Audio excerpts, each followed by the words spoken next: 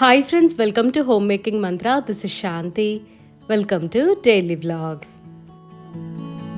సమ్మర్లో morning time కిచెన్లో spend చేయాలి అని అంటే కొంచెం కష్టంగా ఉంటుంది కదా.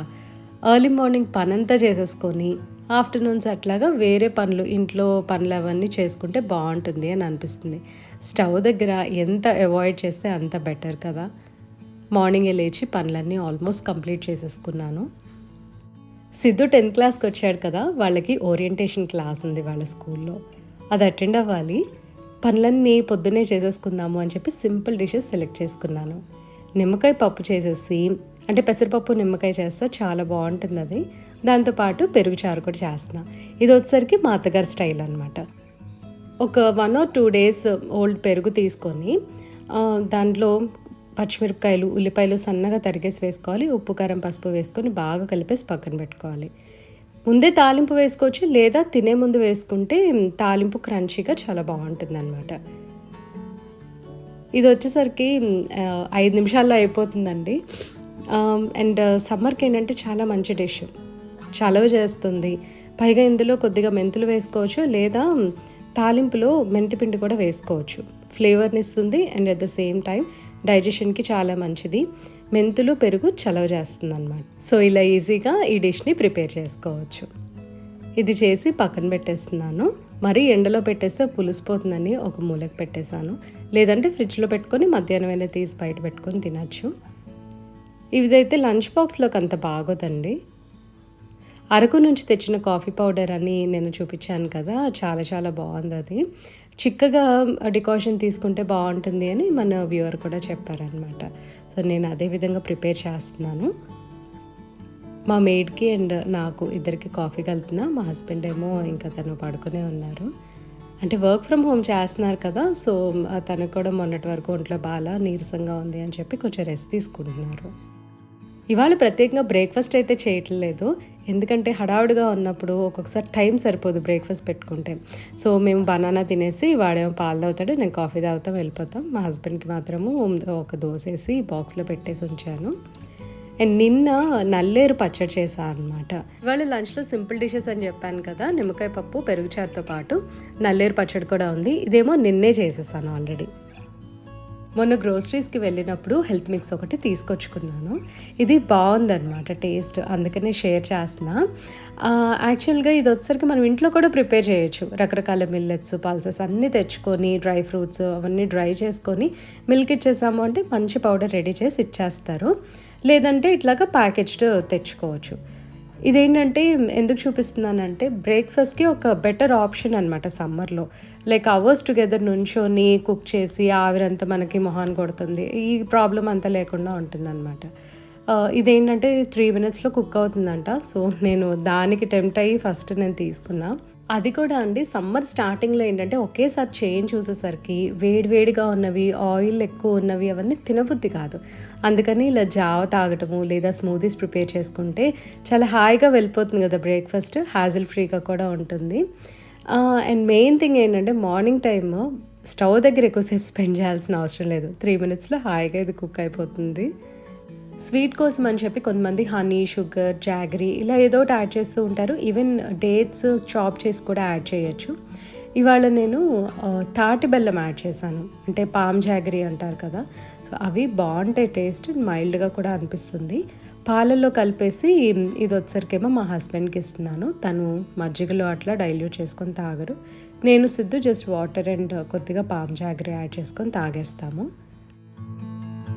సిద్ధు వాళ్ళ స్కూల్లో ఓరియంటేషన్ క్లాస్ ఉందని చెప్పాను కదా, అక్కడ కొన్ని పాయింట్స్ నాకు చాలా నచ్చాయి.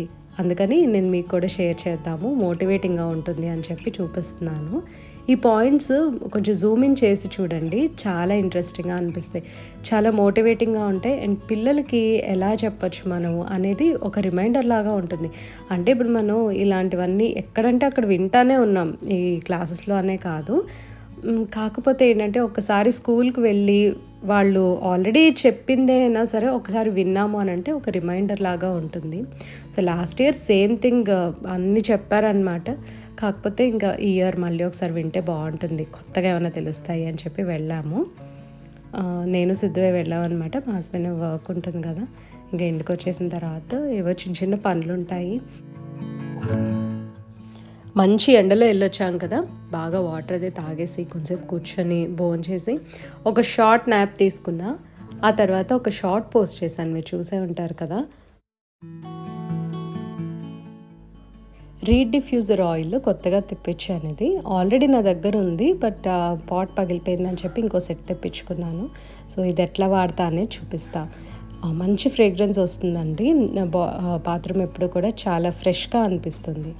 ఇది వచ్చేసరికి రీడ్ డిఫ్యూజర్ ఆయిల్ని బట్టి ప్రైస్ అనేది వేరీ అవుతూ ఉంటుంది. అంటే ఆ టైప్ ఆఫ్ ఫ్రేగ్రెన్స్ వాళ్ళు ఇచ్చే క్వాంటిటీని బట్టి అలా.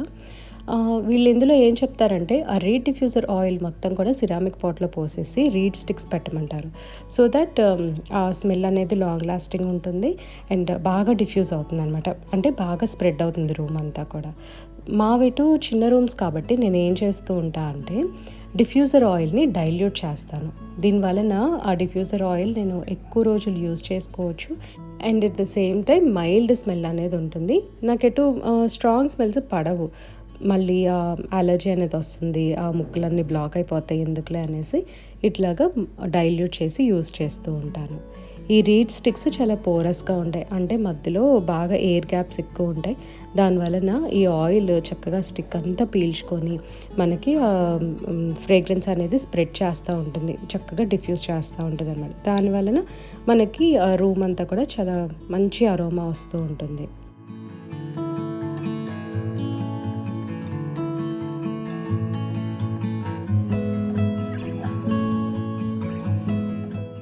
స్వీట్ కార్న్ ఎప్పుడు కూడా ఉడకపెట్టేసి ఉప్పు కారము కొద్దిగా నిమ్మకాయ రాసేసి ఇస్తాను. అలా ఇష్టం అనమాట సిద్ధుకి. కానీ వాళ్ళు ఎందుకో రోస్ట్ చేసి ఇవ్వమని అన్నాడు. అండ్ మా హస్బెండ్ కూడా రోస్ట్ చేసే ఇవ్వు, నాకు అలా తినాలనిపిస్తుంది అనేసరికి వాళ్ళిద్దరికి అదే చేశాను. I'm not a big fan of sweet corn, కానీ ఫ్రెష్ కార్న్ కర్నల్స్ని అట్లా తీసుకొని పచ్చివి తింటా ఉంటే భలే ఉంటుంది టేస్ట్.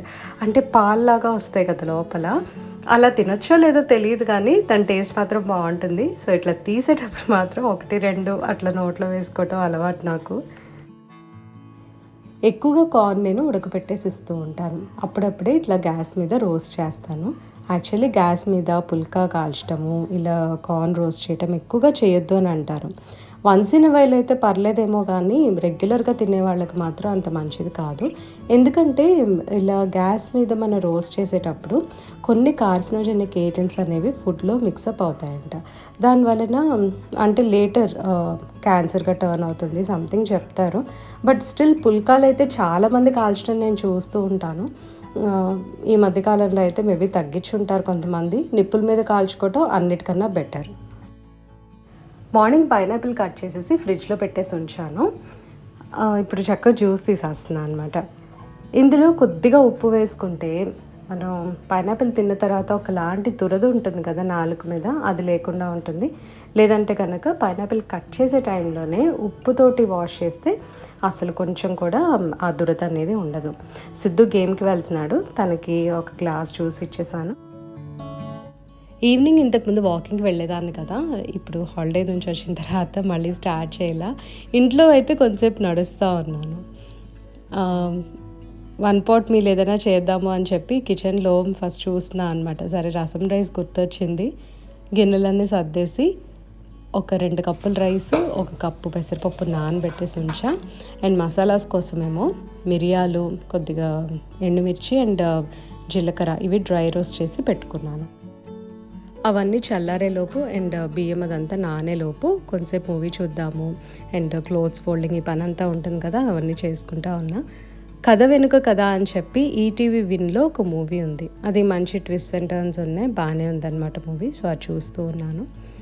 అండ్ ఈవినింగ్ 7 o'clock అట్లాగా రైస్ అది ఉడకపెట్టేసి ఇంకా స్టార్ట్ చేస్తా. ఎందుకంటే ఇది కొంచెం టైం టేకింగ్. 1 pot మీల్ అయినా ఈజీగా అయిపోతుంది, ప్రొసీజర్ ఏవి లేదని అనిపిస్తుంది, కానీ స్టిల్ ఎందుకో రసం చేసినంత ఈజీ అయితే కాదని అనుకున్నాను. డ్రై రోస్ట్ చేసి పెట్టుకున్న మిరియాలు, ఎండుమిర్చి, జీలకర్ర ఇవన్నీ కచ్చాపచ్చాగా దంచుకోవాలి. రోట్లో దంచుకోవచ్చు, లేదంటే మిక్సీ పట్టుకోవచ్చు. కోర్స్గా ఉంటే బాగుంటుంది, మరీ పౌడర్ అయిపోతే కలిసిపోతుంది రైస్లో.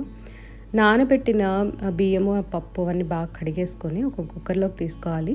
మెజర్మెంట్స్ వచ్చేసరికి యూజువల్గా రైస్కి ఎలా తీసుకుంటాం, పప్పుకి ఎలా తీసుకుంటామో అలా తీసుకోవటమే. సో ఆ మసాలాతో కలిపి ఉడికిచ్చేసిన తర్వాత అప్పుడు తాలింపు పెట్టుకోవాలన్నమాట. తాలింపులోనేమో ఆవాలు, మినపప్పు, కొద్దిగా జీలకర్ర, ఎండుమిర్చి, కరివేపాకు, ఇంగువ, కొద్దిగా మెంతిపిండి ఆప్షనల్ అది, అండ్ రసం పౌడర్ వేసుకుంటే టేస్ట్ చాలా ఎన్హాన్స్ అవుతుంది అనమాట. ఒకవేళ లేకపోతే స్కిప్ చేసేయండి, ప్రాబ్లం ఏం లేదు. లాస్ట్లో నిమ్మకాయ, కొత్తిమీర కలుపుకోవాలి. కుక్కర్ కొద్దిగా చల్లారిన తర్వాత నిమ్మకాయ కలుపుకుంటే బాగుంటుంది. మరి వేడివేడిగా ఉన్నప్పుడు కలిపేస్తే కొద్దిగా చేదు అనిపిస్తుంది అనమాట. సో మొత్తం అంతా రెడీ అయిపోయిందండి. కిచెన్ కూడా క్లీన్ చేసేసుకున్నా. రసం రైస్ చేసేటప్పుడే వడియాలు, అప్పడాలు కూడా వేయించేసి ఉంచుకున్నాను. ఇవి మాకు 3 days వరకు వస్తాయి. అండ్ ఎగ్స్ వచ్చేసరికి సిద్ధుకు ఆమ్లెట్ వేద్దామని చెప్పి ఉంచాను.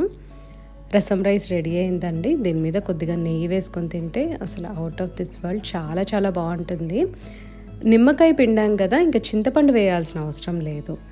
ఆ చింతపండు వేస్తే అది డిఫరెంట్ టేస్ట్ ఉంటుంది, కానీ నిమ్మకాయతో చేసుకుంటే చాలా చాలా బాగుంటుంది.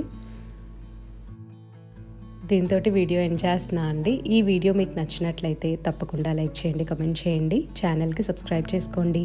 Thank you for watching. Thank you for your time.